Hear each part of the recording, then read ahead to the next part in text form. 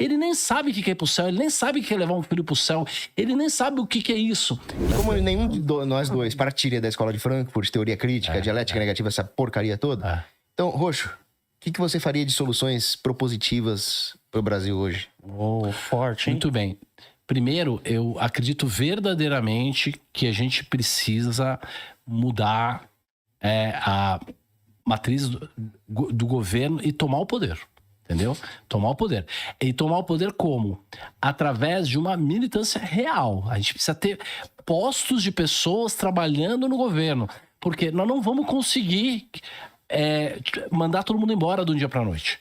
Nós precisamos de alguns milhares de pessoas realmente competentes.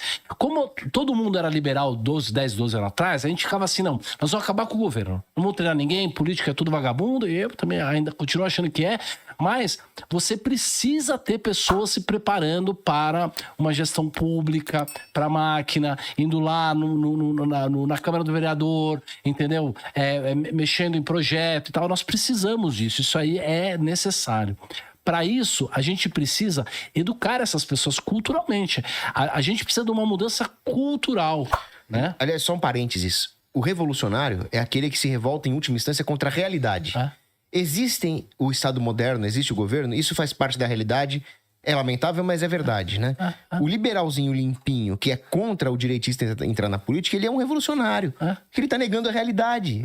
Esse aparato existe. Esse aparato tem influência. E se nós não tivermos os nossos lá dentro, a gente tem que se politizar. Não adianta falar assim, eu voto nulo, eu não mexo com política, a solução é, que nem o 38 fala, a solução individual. Não é, cara, porque em última análise, se você tá dentro daquele lugar, dentro daquele estado, você tá sofrendo aquele risco. Então precisa se politizar. E eu mudei a minha mente. Eu tive experiências péssimas de política. Meu avô foi ministro do Jânio Quadros, ministro da Educação do Jango. Meu avô levou o Paulo Freire pra educação. Pensa bem, né? O quanto que a gente tem que pagar de penitência aí. De qualquer maneira, a gente precisa se politizar. Por quê? Porque vai levar 2, 3 gerações pra gente fazer a mudança toda necessária que precisa. Para que as pessoas... para que volte a ser hype, ir na igreja, ter valor, ter palavra, entendeu? Porque senão a moda é o quê? É o vagabundo, é o malandro. Eu sou um pessimista convicto, né? Mas ultimamente eu tenho visto um fenômeno que me deixa um pouco menos pessimista. Sim. A geração Z tá muito mais igrejada e muito mais tradicionalista do que a minha geração, né? Por exemplo. Sim. Porque já foi fruto ali daquele casamento destruído, daquele professor da internet, já consegui ver tudo na internet e tal. Então, ver os seus vídeos. O meu sobrinho adora, Cogos e tal. É muito legal, por quê? Porque começa a ter novos valores, entendeu? Começa a ter novos ícones, né? Começa a querer imitar outros tipos de pessoa. E o tanto que é legal o heroísmo, o tanto que é legal as cruzadas, os cavaleiros, o Rambo, tantas coisas legais que a gente tinha, é fácil voltar. Entendeu? O problema é que um monte de mulher criando um monte de menino, entendeu? Você sabe que eu salvei um primo que eu tenho, né? Que legal. Eu conheci ele bebê, depois eu fiquei um tempão sem vê-lo, aí quando eu fui conhecer ele de novo, ele tava com 8 anos. Lá a família tava reunida na praia pra uma festa de família, só que o molequinho tava escutando Pablo Vittar, Anitta. Falando fino. Aí eu falei, você tem 2 opções, ou você começa a escutar música de gente, ou você tira o meu sobrenome do seu nome, né? Aí, mas o que eu vou escutar, tio? Aí eu ensinei pra ele Tião Carreiro e Pardinho, João Carreiro e Capataz, Tonico e Tinoco, Valderi e Misael. Aí ele passou a escutar essas músicas sertanejo raiz. E aí o avô dele, que é roqueiro clássico... Já colocou um Metallica. Ele falou, não, eu gosto de metal, mas assim, se você sair do Pablo Vittar pra escutar sertanejo, é maravilhoso. Lindo. É Stonks. Cada um só precisa convencer um. A solução da sociedade, Lua, ela é o seguinte: a amizade e confidência. Entendeu? Não adianta a gente falar pro monte. Nós temos que pegar aquele nosso primo, aquela nossa prima que está perdido na sociedade. Ela não sabe o MBL, se é bom, se é ruim, se o Pablo Vittar, se isso ou aquilo, e nós temos que explicar. E não dá para ser tratando mal. tem que ser que nem Cristo mesmo. Sim. Por isso que imitar Cristo é tão importante. Você tem que ter a misericórdia. O que é a misericórdia? É você sair do lugar que você está, que supostamente é um lugar superior, para descer lá embaixo, para salvar aquela pessoa lá no tema dela. Se você não pegar aquele teu amigo pinduguço que vai no bar toda hora tal, e não for no bar com ele, e lá você ser superior, você não pode descer no nível do bar. Você não pode ficar igual ao teu amigo. Você tem que ir lá resgatar o seu amigo, falar, cara, você já estudou Cristo? O cara é muito foda, Cristo, cara. Ele tem lição pra tudo, cara. Pega o evangelho lá, ele tem lição de empreendedorismo, ele tem lição de tudo, cara. Ele ensina lá na Bíblia. O cara começa a assistir, vê o The Chosen. Eventualmente, alguém mais tradicionalista, pô, deixa eu dar uma merda. Eu imagino. Você gosta? Não. Então, mas você percebe que para um cara que tá lá no bar e que a conversa dele é rabo de saia e tal, ele vê um episódio do The Chosen, já é uma mudança radical pro que ele tá vivendo. E tudo bem, os caras usam rímel, o negócio curto, a mochila do Jesus é de couro, toda bonita.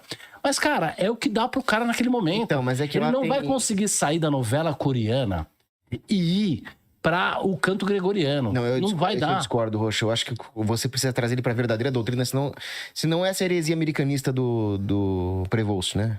Do, abre aspas, Leão 14. Do Leão. Ele fala, não, vamos relaxar a doutrina para poder atrair gente. Eu não acredito nisso. Eu acredito que um canto gregoriano, uma sólida doutrina, vai até atrair melhor. Eu entendo, mas ele precisa passar por um detox, entendeu? Precisa. Mas o problema é que a gente pega muito pouca gente. Nós vamos conseguir um cara do gregoriano. São Paulo era um perseguidor de cristão e aí caiu do cavalo, foi voadora dupla no peito mesmo, né? Não, o ideal era isso, era conseguir fazer a mudança total. Mas, se o cara já tá gostando de Cristo, já tá num problema no meio da rua, ele tá, o que Cristo faria? Isso aí já muda tudo, cara, porque o mundo era terrível, o mundo era bárbaro, o mundo era um lugar maligno antes de Cristo, cara. Era terrível. E os lugares onde não chegou até hoje, entendeu? Você tem mais comércio escravo na Líbia hoje do que você tinha 200 anos atrás, cara. Tem comércio lá, você compra um escravo lá na Praça Central lá. Então, o lugar onde não chega Cristo, não chega a verdade, as pessoas, elas brigam uma com a outra, elas se matam. Elas se matam. Sabe que eu gosto muito do 38, é um bom amigo, fala muita coisa boa. Mas quando ele fala que a salvação é individual, por isso que eu falo que é importante a Igreja Católica. É um problema de formação. Porque a Igreja Católica tem a ideia da comunhão dos santos. A salvação, em última instância, o julgamento é individual.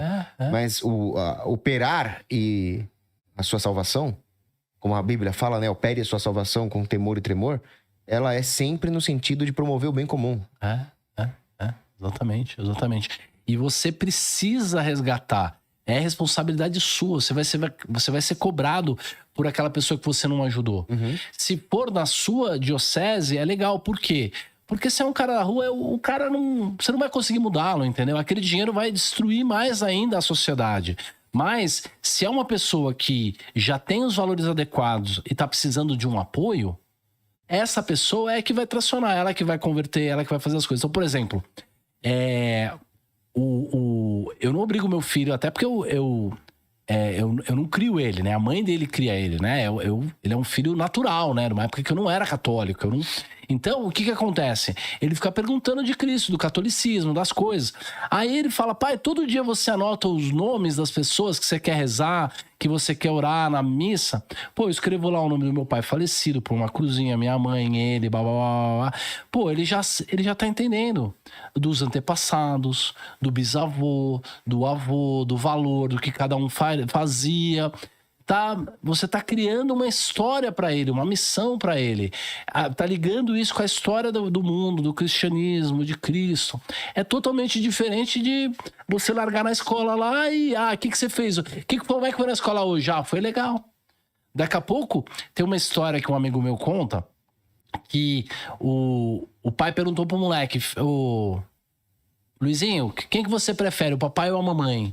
Aí o moleque ficou com uma cara assim... Posso falar mesmo? Aí claro, pode falar. Ele achou que era a mãe, né? Claro, pode falar tal.